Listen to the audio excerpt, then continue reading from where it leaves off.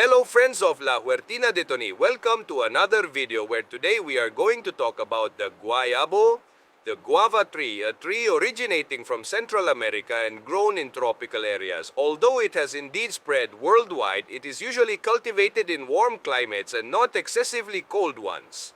Although I have to say that in La Huertina where I get frost, the guayabo has been in a pot, has gone through several frosts, and has resisted them. That doesn't mean that in excessively cold winters with very harsh frost, this tree is advisable, but it can withstand certain frost or occasional drops in temperature. So let's just, as it says in this video, everything we need to plant a guava tree in our orchard or garden, and its requirements regarding soil, climate, and the temperature. The guava tree, if not pruned, is a tall tree. It can reach up to 10 meters, and the best of all is that it is an evergreen tree, meaning it will have leaves all year round, and honestly, it has beautiful flowers. There are several varieties of guava, such as the white, red, or pink, which is the one we are going to plant, or the pear-shaped. Once we know the climate it requires, more or less warm and tropical, although as I mentioned it withstands drops in temperature and certain frosts, what we need to do is choose the best possible site. For this, we will look for a fully sunny exposure that receives at least 6 hours of daily light. Although, if we can provide it with more hours of light, much better. And another important thing, being a tree that will reach up to 10 meters in height, it's important that when choosing the location, we select a place with plenty of space so that the tree can develop perfectly. So now the first thing we need to do is make a good hole. And now comes the least fun and hardest part of planting our tree. We must make a hole at least twice the size of the pot to prepare perfect soil for it to develop with all the needs it may have during these first 2 or 3 years. Then when it has the good development, let it fend for itself a little. Let's talk a bit about the soil needs of the guava. Although it is a tree that really adapts very well to different types of soils, it is true that it prefers slightly acidic or neutral soils and does not suffer as much if the soils are excessively sandy or excessively clayey.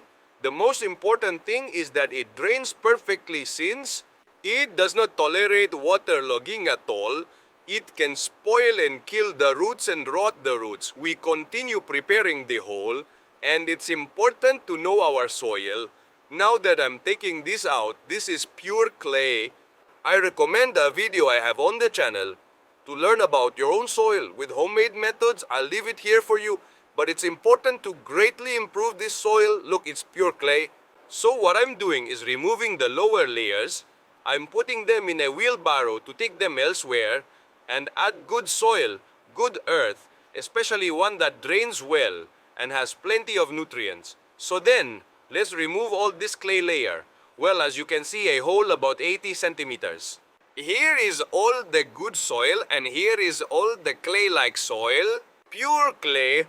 We are going to be able to build a biolake. Look, I'm bringing it together. So this is important, alright? So, let's continue giving our fruit tree the best conditions. We already have the hole prepared and now we are going to prepare a little the soil.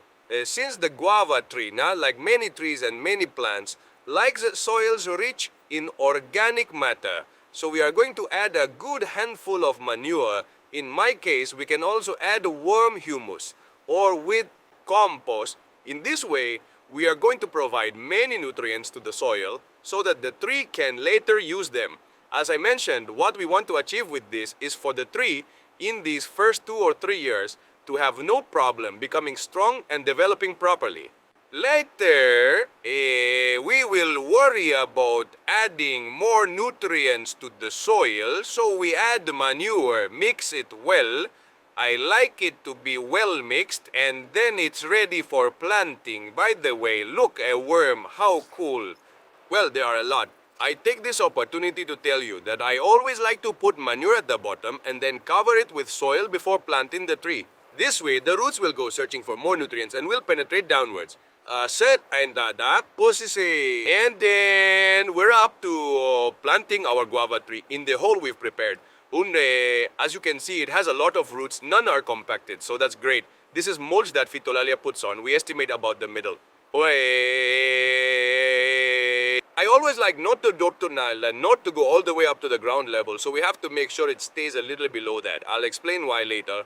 But anyway, we have to add a little bit of soil, like 4 or 5 fingers, before placing our tree. Alright, once it's measured perfect, it's at the height we want. A little below so that we can later put the padding and take advantage of the rainwater. We are going to start covering our tree. We hold it so it stays nice and straight in the middle. If it had some roots that were tangled around the pot, we would have opened the roots a bit, but the truth is it has good roots. Now I'm doing it with my hand to hold the tree, but I'll get to the tool right away. So we'll keep adding our good mixture. Little by little we'll press it down with our tool, with our hoe, little by little, without pressing too hard. We want loose soil that drains very well, especially to avoid damaging or rotting the roots, and also so that it develops perfectly. We have already planted it, and I forgot to tell you the planting season. In colder climates, it is ideal to plant it at the end of winter or the beginning of spring. If we have climates that are not very cold, mild, we can plant it in autumn, so the roots start adapting. And as always, after having planted or sown something, we are going to apply a very good initial watering to settle the soil, and so the plant suffers as little as possible from the transplant. Also to tell you that the guava is a tropical tree, as we've said before, which requires good temperatures and good humidity as for watering. It is a tree that, as we said, is from a tropical climate and needs regular watering. However, it is important to avoid waterlogging. That's why we've improved the soil, because excess moisture can lead to the appearance of fungi such as rust, which is not uncommon in our cultivation. In spring and autumn, we will water every 1.5 weeks or every 2 weeks depending on the rainfall. And in summer, we will increase watering to every 4 or 5 days. And regarding the care of the guava, there is not much more. We really have to watch the most important thing, the watering. Then we also have to watch out for pests that can attack it, such as aphids, scale insects, or whiteflies. We have remedies on the channel to combat all these, and it's important to perform several prunings, or there are various prunings we can apply. One of them would be the shaping pruna, would the second bunde which we would do now, and next year, when the plant is well established, then there is another maintenance prune for removing dead and diseased branches, or twisted or broken, whatever it may be. Clean up those types of branches, and then another of production, as the goal is to maximize the production of our guava. And also, when we do those prunings, which will not be this year, we will let it form well. The good thing about the guava or guava tree is that it propagates very well from cuttings. So next year, we will prepare a cutting of this precious fruit tree. Another important care for me is to use a stake to straighten the tree. As you see, the trunk is more or less straight, up to here where it starts to curve. We place a stick about 20 centimeters and tie it with a rope so that our tree grows straight.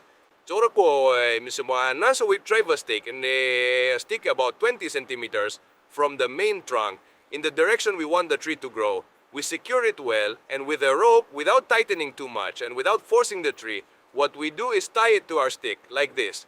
Even with strong winds that can come in winter, especially, our tree will withstand all kinds of winds. One of the reasons I don't cover the soil all the way to the top, leaving it level, is because I like to mulch the fruit trees.